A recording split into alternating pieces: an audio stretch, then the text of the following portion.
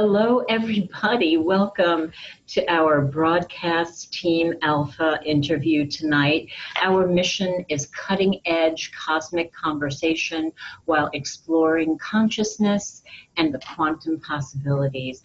I'm Nori Love. My co-hosts are Augie Nost and Tom Schaefer, and we are honored to bring you a phenomenal guest whose story is that which dreams are made of. Interestingly and synchronistically, he is here on the 8-8 Lionsgate Gateway, and he's a forerunner for unity consciousness. But the life that's made up of his dreams, the interesting part wasn't a dream. And that's where there was a visitation and an invitation for him to attend a briefing on an extraterrestrial spacecraft. Lucky for us, he agreed. And what happened is nothing short of stunning, but we'll let him tell you that. He's highly respected in the motion picture and video production industry. He's written several books. He's best known for the video called Fast Walkers, which came out about a decade ago. It's available on Amazon. It's about disclosure of the alien presence on the Earth. Over 1 to 2 million people have seen it, and some of those people include every member of the US Congress, Parliament in Canada, and NASA. It's premiered in 5 other countries as well. Currently, he's running 2 TV series, The UFO Chronicles and The Fast Walkers Open Files. He has produced 18 motion pictures, which you can see many of them on timestreampictures.com. Robert has owned a full-service ad agency and studio for 23 years.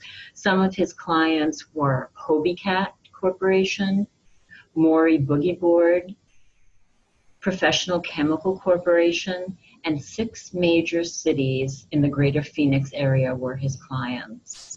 Recipient of the People's Choice Award from UFO Congress, which is the largest membership of UFO enthusiasts in the world, Robert is a captain.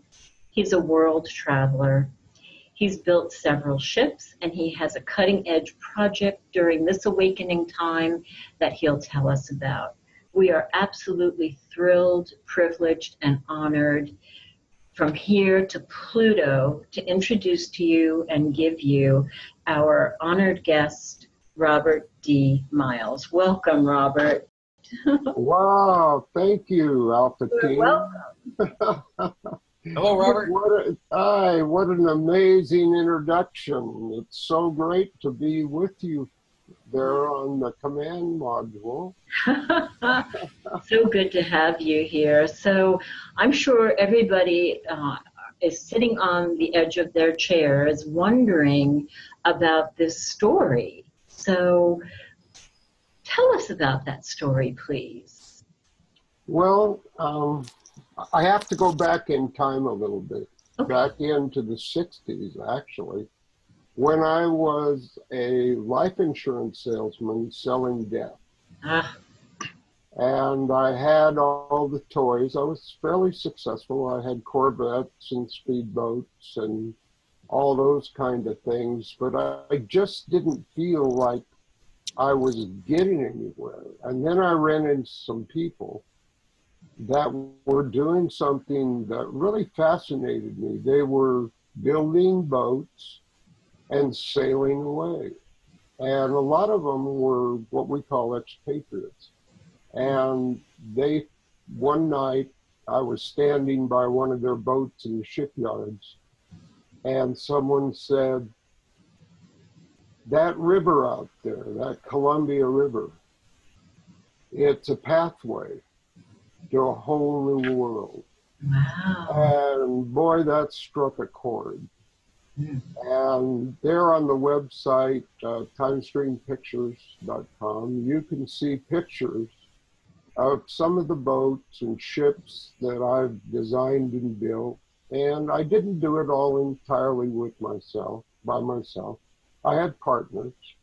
But the bottom line was, after first going ahead and creating and re-engineering an old gaff rig sailboat called the Tanya, which was a replica of Joshua Slocum's boat that sailed around the world. And I actually, because I was a welder, put a steel hull on the boat because the hull on the vessel itself was so dry rotted, and I didn't even know what drywall was when I bought it. Wow. But anyway, the boat was pretty slow, and I was in a pretty fast mode. So I found out there were new types of vessels, sailing vessels, and they were called trimarans. They're quite So amazing. I went ahead and I went to Seattle and I went aboard one that was a 47-footer, 3 hulls, capable of speeds of, say, 18 knots, which is extremely fast for a sailboat because the Tanya would only do about 5. Wow. So I jumped in and started to build one there in my yard in Portland. And after a period of about a year and a half of construction, went ahead and launched it. I was incredibly fortunate to get a great partner called Michael Sones. And together we finished off the boat. We ran out of money. We put an ad in the paper and a radio spot on and said, if you have the spirit of adventure and are willing to work, come sail with us. And we had tons of people apply. So we kind of were selective, and everybody chipped in for food and help on getting a motor for the boat that was in better shape and a few things. And we took off, sailed down the Columbia River, and when we got to the mouth of it, we turned left and headed out to sea. And what was really hard to believe is that we didn't know how to navigate. Wow. And we had never been on a sailboat at sea before. So quickly, we got ourselves in trouble. We got hit by a huge storm off the Oregon-California coast. Our destination had been planned to be San Francisco, but the storm blew us 300 miles out to sea. We had 100-mile-an-hour winds and 50-foot waves, and we actually got through the storm, and we sailed in to a port that was Monterey, which was about 100 miles down from San Francisco. And let me tell you, we kissed the earth. We were just so incredibly frightened. And we learned so much. And one of the things we learned is how important it is to have a crew, you know, to have a team that can get you through this. And so a lot of us decided we still wanted to do it. And about half the people on the boat left. The storm was plenty for them. But to kind of shorten up the story a little bit, we ended up in San Diego. We waited until the time of year when hopefully we wouldn't get a cyclone or a hurricane or too bad of stuff, and we set out for Hawaii, and 23 days later, we landed in Hilo, totally broke. So what we did is I had a dime and I called a person in the U.S. and they sent us some money. I got a job welding on sugarcane trailers and ended up touring the islands for about 2.5 years or so, going from island to island, port to port, surfing every day, going out and gathering our own fish and lobster and bananas and mangoes. And, you know, it was really terrific. And everybody back in those days loved people that were sailing. And they loved trimarans because everybody said those boats will kill you. I mean, because they're kind of aircraft construction. And they're made out of wood and fiberglass. But what happened is the more we sailed, the more people we tended together, and it was virtually a party every day of the week. And That sounds like a dream. oh, it's tough life. Yeah. You know, and, you know, we'd go to somewhere, work for a while, and then continue on. And the more I did that, the more I realized I didn't want to sail around the world, which had been our goal. And so I decided that I wanted to sell my boat. And when my partner asked me why, and he was really heartbroken because he really did want to sail around the world. And later he did a lot of sailing on other boats. But I told him, Mike, I'm just not going to spend my life doing this. I want to discover who I am and why I'm on this planet. And Alfie, what's going on? So, Robert, may I ask one question? Was the name of that boat the Fun and Games? Pardon me?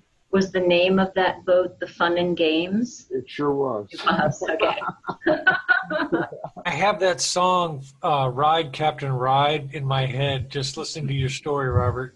Yeah, that's a perfect song to use because... Yeah, I wish we could use it because it's perfect for that story. We used it on our radio spot. Yeah, I'm sure. Yeah, absolutely. Yeah, but so what happened is Mike was very unhappy with me. At that time, we were living in Alloway Yacht Harbor in Honolulu, and we were clear out on the end of the dock because the boat was so wide. The boat had accommodations for 11 people, had a bathtub, king-size bunks, you know, and we were free. We owned everything, but we were required to work. And I had been working as a painter on the Hilton there when they built the Hilton. And I painted like 1,500 rooms, all identical, you know, on different hotels. And to me, it was just not the kind of life I wanted to live. So put an ad in the paper, and amazingly, within a week, a person who was a Navy captain came down, looked at the boat, wrote us a check for $17,000, which is quite a bit of money in those days. And we had about 2 to 3 weeks to deliver the boat. So on the morning, did you have a question at this point? No, this is so good. No, this is good. Go ahead. Okay, so on the morning we were to deliver the boat, I woke up very early, about 4:30 in the morning, and the sky was just beginning to break the dawn over the incredible sky there in Alloway Yacht Harbor in Honolulu. In those days, it was magnificent. And I went into the galley and I put on the coffee pot, got dressed, and got myself a great cup of coffee, went back to my bunk, and opened the skylight hatch above my head and was watching the dawn. Wow. And, you know, at some point there, I maybe felt a little bit like, what have I done? You know, because this had been our life for 2.5 years or more. Wow. And then suddenly, the most incredible experience began to happen. The room began to shimmer, and it felt like an increase in the energy was happening. And then suddenly, beautiful woman, naturally, appeared in my stateroom standing right beside my bed. And I thought, I'm hallucinating or I'm dreaming. And then she spoke to me. And I said, you can't be real. I've got to be dreaming. And she said, no, you're not. Touch me. Wow. So I reached over and I touched her arm, and she felt as real as any person I've ever touched. Wow. And I said, this can't be happening. And she said, well, it is. I said, what do you want from me? I mean, I was so astounded. I couldn't imagine this occurring. And what was she dressed like, Robert? What was her attire? It's very good point, Tom, because in those days, we didn't have Lycra yet. And she had a Lycra-looking uniform on. Wow. With a stripe. It was a blue Lycra. And she was a blonde. And the stripe were the colors of the rainbow. Wow. And so I immediately, it was so hard to imagine that this experience was really happening, except that the energy harmonic, the moment she appeared, was so incredible. It was like, you stick your finger in a 110 light socket and you get a little shock. Well, this was like 440. Wow. And only it was not painful. It was like harmonic. And as she stood there with me, I could feel my own vibratory harmonic of my body ebbing up. Wow. And it was just incredible. And she said, you have questions? And I said, well, why are you here? What do you want of me? Because, I'd heard about this kind of stuff. But Robert, were you speaking it, or was it a telepathic kind of communication? Was it verbal kind of moment, or was it? It was verbal. Yeah. Oh.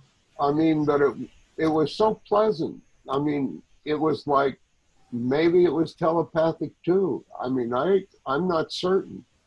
But she said, I and my friends want you to come to a briefing.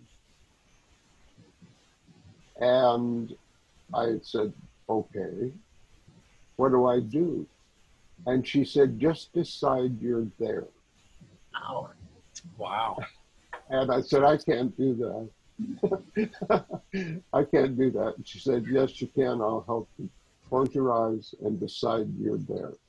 Wow. And I closed my eyes. I felt no sensation. And then she said, open them. And I was standing in LaGuardia Airport in New York City. And all around me were people. And I was standing just back from the ticket counter. And she said, go up and ask for a ticket on the Jupiter flight. And I said, this is crazy. And she said, do it. So I went up to the counter, and there at the ticket agent, I said, I'd like a ticket on the Jupiter flight. And she said, who are you? And I said, I'm Robert Miles. And she said, okay, I've got it here for you. And so she handed me the ticket, and she said, walk over there and take that elevator up to the concourse, and someone will meet you there. So I did that. I walked over to the elevator. I pushed. Robert, at this moment, was that woman that had transported you, was she still with you at that moment? No, but I could hear her voice. Oh, okay. Yeah, but so I walked over to the elevator. I pushed the button, the door opened, and inside was a man and a young boy.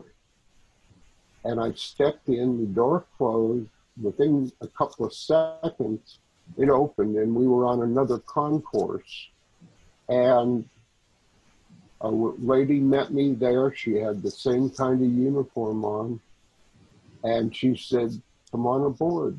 And so I walked over to where she was, and I walked in. This beautiful circular, I thought it was a room. You know, I walked in there and she said, have a seat. That's a good seat over there. I went over there. It was kind of like first class accommodations. And only between the seats, there was like a digital clock, like where they go tick, tick, tick, tick, tick, tick. And in those days, they didn't even exist. And then I looked to my right, and there was a porthole there. And then I heard, we'll be taking off in just a few minutes. Make yourself comfortable. There were no seat belts, you know, nothing like that. And I just sat there and I didn't talk to anybody. I was astounded. Now, were there other people in the seats around you? Oh yeah, there were other people on it. Yeah. And so suddenly I looked out and I could see the earth, and I could see us moving away from the earth, and the earth was, you know, large. It was bigger than the moon. And then it got smaller and smaller and smaller until it twinkled out of sight. Wow. And the next, you know, it was maybe 15 minutes, it seemed like, we landed. And I disembarked on like a motorized conveyor. And that incredible energy actually intensified. So you're disembarking on another planet. Exactly. Yeah. This is the part that'll blow your mind when you come back to it. It's actually the planet Jupiter. Wow. And people, you know, we've all been told by NASA, by all the space scientists and all this, that our outer planets are gas giants. There's no possibility of it. Well, remember that in those days, no one talked about the multiverse. No one ever mentioned interdimensionality or other constructs.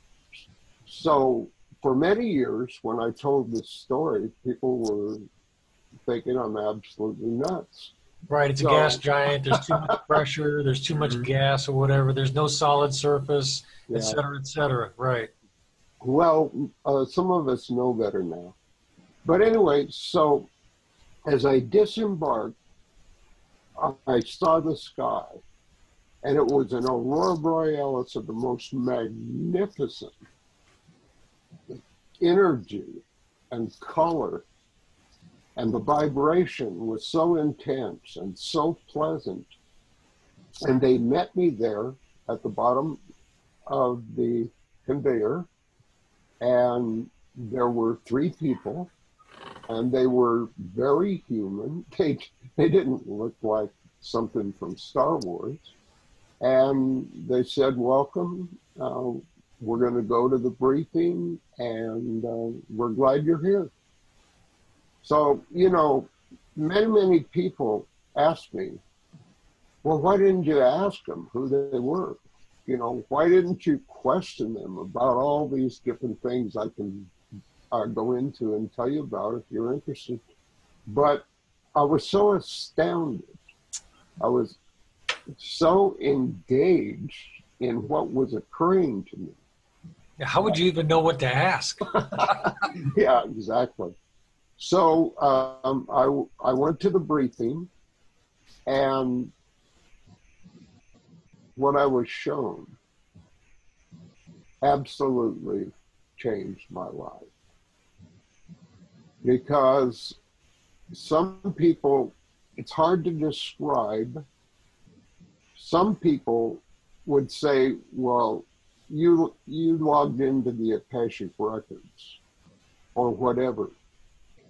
But for the next time And I'm not sure how long the length of time was, but I was shown a bit of the history of the planet Earth, but more importantly, the present and what is the possible future if the people of Earth don't change their conditions.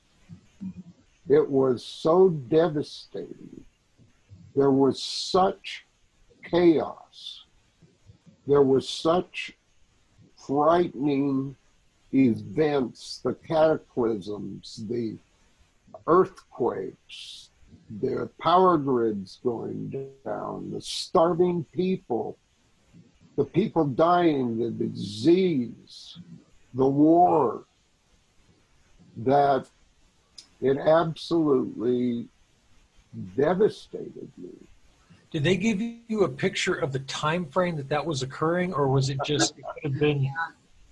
Yeah, see, that's the problem with, well, I'm not sure whether it's a problem with interdimensionality, because I'm not a physicist, you know. And all I can say is that for many years, I thought it was going to happen right away. Now, this has been over 50 years ago, if you can imagine.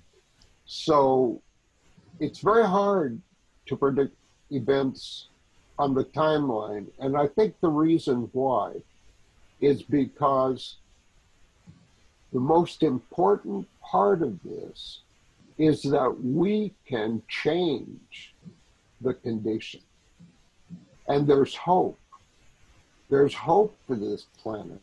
There's hope for us to become a part of a far larger civilization, a civilization without insanity, without war, without hunger, without disease. This is what we can have.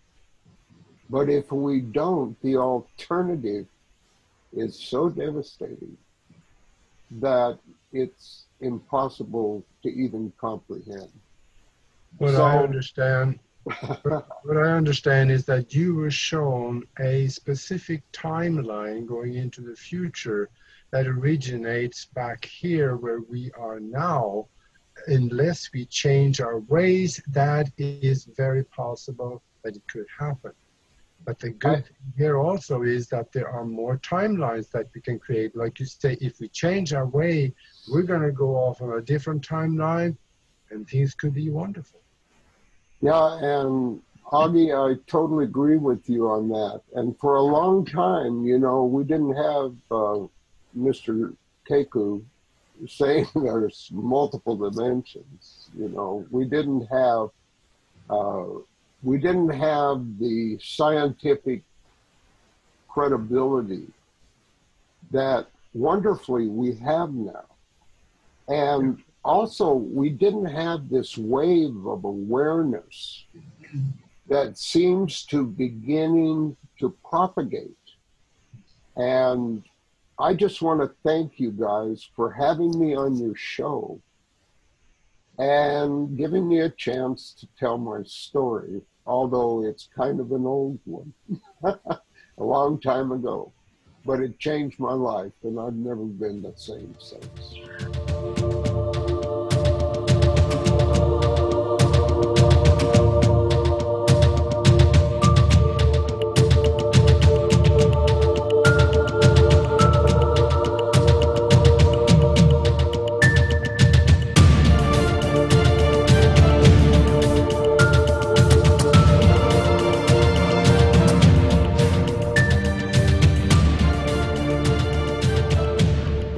Say that sometimes these stories, they are more important than what we think they are, because there's a lot of people out there that have had strange things happen to them and they think they're half nuts.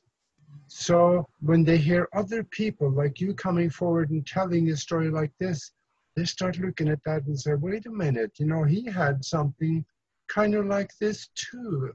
Maybe I'm not nut.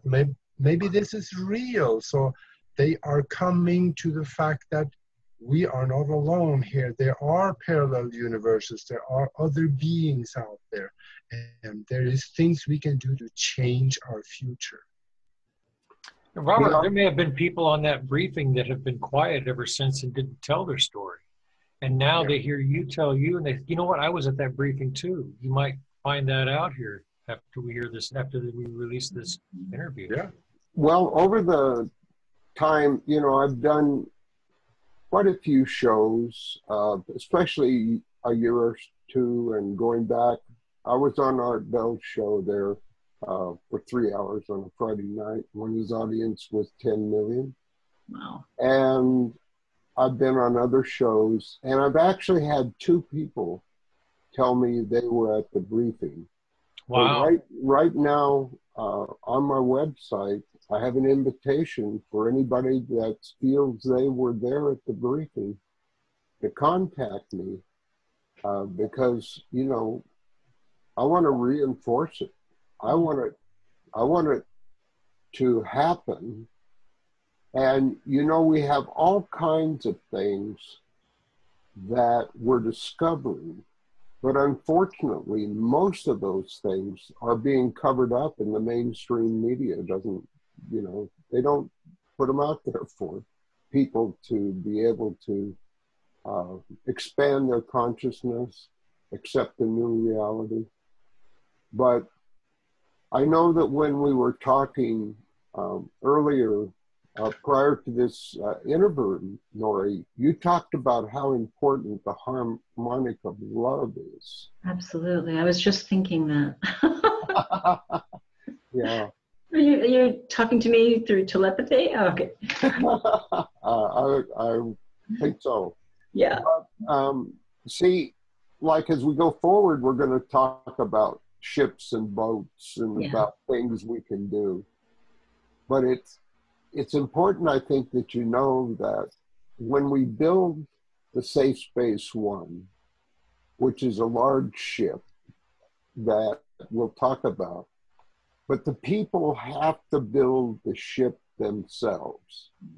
And they have to build it with affinity, with the harmonic of love, because love can affect the particle composition.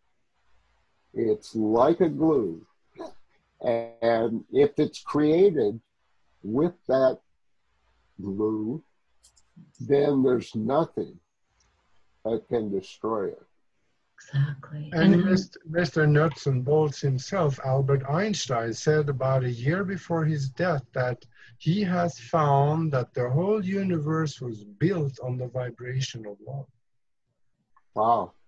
And I was thinking right before you started talking to me that this moment in time, I mean, one, your story does not have an expiration date because it's just phenomenal. It's relevant. But totally relevant. It's very synchronistic to me that the stories coming out now, this is a very critical point in time, not just astrologically with the, you know, with the planetary alignment and the Lion's Gate, which is a portal, but the whole light worker community and people who do not label themselves are trying to tip the scale in consciousness to that of love. There's a whole group of people that understand that not if we can change our ways, right? Because like we're not going to wrench a new behavior in. The way is coming from our heart. The way is our energy that we emanate, right? Absolutely. And that's happening now. And I just think that this message is going to be so timely. So timely, because there's people out there, I've spoken with so many people who already have the idea that they want to live in an intentional community. They want to build a community. They want to build an ark. They want to build something that is different than the vibration of the life that we've been living. Yeah. And it all has to do with love. Yeah. Well, we certainly have a project that we're about to launch, and people will have the opportunity But you know, it's frightening for most people to contemplate going beyond the I agree. Yes. Next step is do. And Yeah. do involves change. And change involves risk. And boy, I'll tell you, it's only maybe 1 in a million that's prepared to take those kind of risks. Yeah, and somewhere in between those is sandwich surrender, because you have to surrender a lot of your old ways and your old beliefs, right? The beliefs that were drilled into us and that were hammered into us and it takes a lot of courage to say, Mom, Dad, I'm going to go build a boat, so yeah. So I get it. I totally get it. But at any other point in time, I don't think this would be as powerful as what I know is happening right now out there. And I'm so blown away by the safe space ship. I mean, I've been looking at it on the website, and it's just beyond anything I could have comprehended. But before we go there, I just want to ask one question. We're back a little bit. You said it changed your life forever. Mm-hmm. How? How did it change your life? And did it change anything in the way that you receive information or your consciousness? Or tell me about that. Well, yeah, it changed everything. I mean, literally everything in my life, because I began to investigate who I was. And to do that, I had to read books. I had to attend lectures and seminars. And at one point, I was in California after I was in Hawaii, and I got involved. I did things like Life Spring and Silver Mind Control, and it even did some Scientology, and I joined all these groups and tried all this stuff. And in that process, I lost my family. Yes. I have a daughter that, unfortunately, I left her on the shore. I gave her and her mother a chance to join me, and her mother decided not to. And she's a wonderful person, and she's lived a great life, and she's still alive. And we have nothing but the highest regard for each other. But it absolutely changed everything. I sold my property. I sold my cars. Yeah. I basically just got into whatever was necessary to try to discover who I was and what was going on, Alfie. There were ups, there were downs, there's been great times, there's been devastating times. Yes. Times of great despair. Yes. As we go forward, we'll talk about some of the projects. Wonderful. And what happened with them. So, I am wondering about one that didn't go to fruition, but that'll be another interview. But so talking about mind control, and I'm bringing in the universal laws and law of attraction, if you will. So I'm sitting here thinking, you're a pretty powerful creator, because when you said, I want to find out what I'm all about, I want to find out who I am and why I'm here, and boom, an extraterrestrial being shows up for you. So I'm thinking you're a pretty powerful creator to make that happen. Well, thank you. And I had some contacts when I was young, but I didn't realize it. Interesting. As I look back on it later, I realized, that silvery bubble out there in the forest when I was 7, 8 years old in a little logging camp in Eastern Oregon with a couple of strange looking people standing outside of it. And I went into it. I realize now that, that was a contact. Wow. And the downloads, like Augie. Augie has ongoing downloads, I know, and you guys probably do too.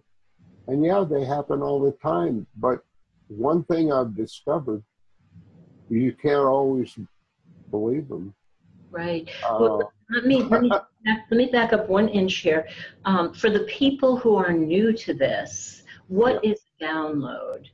Augie, why don't you address that? Yeah, I think you're the expert on it. Well, what we call as a download is somewhat similar to what but Nikola Tesla explained. He said, I saw the past, the present, and the future at the same time. Mm. And what I had was a download where it just started coming in as a light from the side, and then into a big ball of light in front of me, expand, and then there were things floating around in it, like concepts, ideas, inventions, people, and so on. And it was understood both in concept and detail at the time it happened. So the whole thing just flashes before you in a matter of 10 seconds or less, probably more like 5. And then it fades away. And then you sit there with all this knowledge in your head and you have no clue on what to do with it. Absolutely. So, in my case, I just grabbed a pen and a writing tablet, and I wrote for 3 days after, plus or minus what I had to do during those days. And of course, that is what became my book about spiritual science and higher conscious thinking.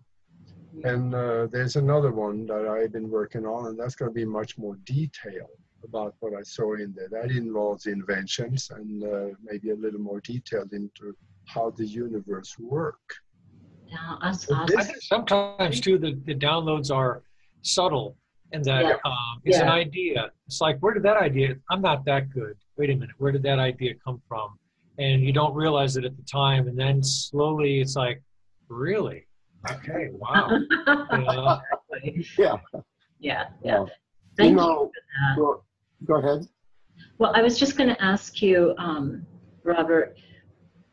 So you did receive information in a different way. Do you continue to receive that? And did this birth a new mission in you? Well, I continue to receive downloads, and I have to be really careful because I've gone way out on the limb a couple of times, expecting help from my friends, but the help I got apparently wasn't from my friends, because it caused me to have devastating after effects and total failure. Wow. So there's this thing, and unfortunately the energy feeling, the harmonic delivery is intense. And so, but I would like to say one thing about a download, and that's that in many Christian religions, especially in Catholicism, they talk about that God's gift is grace. And when you look up the definition of grace, it is instantaneous cognition. Wow. And that's exactly what it feels like. So if we're having downloads, and we are, and if they create the impact that's intended, and an old friend of mine, after I had a dismal failure on one of my projects, said, if you want to succeed, slow down and move into the future. And what I found is I like to push the gas. I mean, I like to get this going. I mean, I'm excited and my energy is storming, and the people around me, their energy is storming. Yes. And together we're just a powerhouse. And then all of a sudden, you get hit from the side by this big wave. And the next thing you know, everything is washed away by the tsunami. So it's not always like that. I mean, like the film Fast Walkers was a big success. Yeah. And, I have a question for you, Robert. Sure. And that is, okay, so you've mentioned this the ship and boat building project. So for people that may not quite get that, and I'm going to take a little bit of kind of the, like Nori did, take some of the kind of the stupid question moment here, and that is, well, why aren't you doing a presentation to the UN, or why aren't you doing something else, build houses for the homeless, that kind of thing? Why a ship? Why a boat? What is it about that you feel is going to be, I guess, a catalyst or an impetus or something that's going to bring people together? Maybe elaborate a little bit on why a ship, why a boat? Right, yeah, well, that's a terrific question. And it brings to mind that the original construct and concept for the United Nations was on a ship. And it wasn't until Rockefeller donated the property in New York City and the elite decided they didn't want those people out there. They wanted instead war and criminality and the ability to compartmentalize every population on the earth. And so it wasn't just my idea. It came in the briefing. I was instructed. I took on a mission, and that mission was to build that ship, because if we don't change the conditions, if we don't come together as a civilization, we face the most horrific future beyond imagination. Right, I agree. Now, I guess this is where you get the crayons out. Yeah. Why? Okay, we do. Yeah. And a lot of people that you're going to be that are listening to this, we're all in agreement. You're preaching to the choir. Sure. We get that part of it. But why a ship? Why a boat? Where does that? You said it was given a briefing, so why would they want you to do that? And what is that? What's the lesson or the instruction there in that mission? Well, I'm sure you're going to load up a picture of the Safe Space One, and that's a picture of an ocean-going vessel of over 300 feet with probably 7 to 9 decks. And it's going to be an example of humankind working together for a common goal. It's going to be a model community of people that are willing to work together to achieve beneficial effects here on planet Earth. And that ship won't be the first ship built. There'll be a prototype ship built before then. But if people just stop and think, where is all the crime? Where is all the disease? Where do all the bombs land, for the most part? 95% of the negativity on this planet is on land. The moment you step onto a ship, the moment you take responsibility for being a crew member or a mate or a captain, you have the most incredible opportunities and the most incredible responsibilities 24 hours a day, 365 days a year, and everyone's life depends on you. Now, can you meet the challenge? Have you done that? Will you do it again? Because being on a boat is not the only challenge of this nature. So why a boat? Where a boat? Why another boat? Well, you're not going to get 7.5 billion people on boat. No, you can't. So is this something that they go to do and then come back out into society? They take that experience back out? Is that the idea? Or? Well, step 2 of the boat building, when you build a boat, you have to have a base to build it in. And that turns into a shipyard. And that shipyard hopefully expands to where other people that want to build a boat can build a boat. And the plans and the designs which I've worked on, and actually the Fairweather One, which was a 3,000 square foot deck and interior vessel, will you can reduce them to smaller boats down to 35 feet, and the hulls still work just the same, or you can blow them up to 1,000 feet and the hulls will still be off the table of offsets. Now, there's been a lot of advances, which include CAD/CAM, and now they're talking 3D printing. But in the beginning, we're going to build a prototype, and the size of the prototype may be 55 feet. It may be 75 feet. It might be 91 feet, and with 15,000 square foot of deck of interior space. And that depends on the team that comes together. It's like, this is totally adjustable. And, it can be built in a year.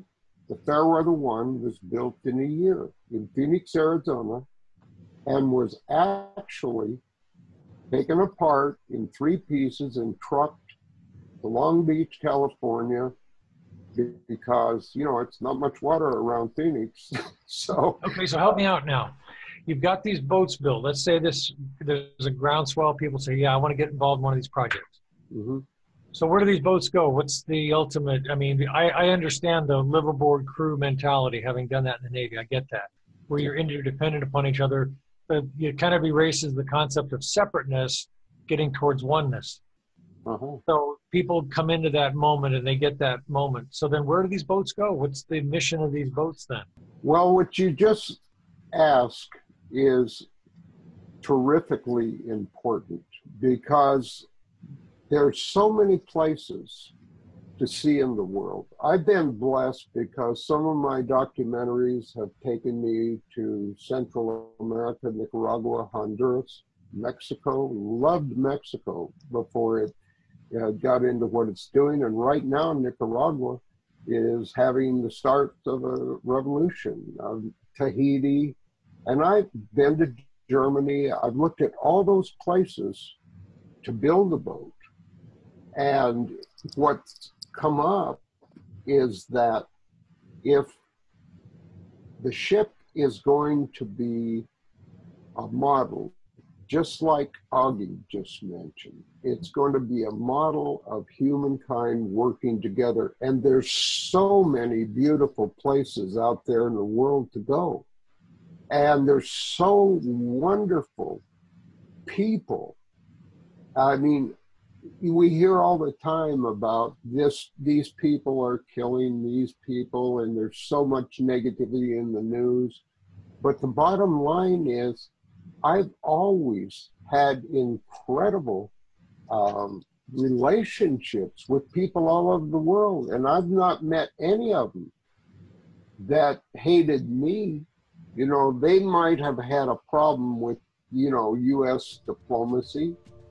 They might have had a problem with Russia, or Germany might have had a problem with England, or Scotland with England, or Ireland. All of that's out there.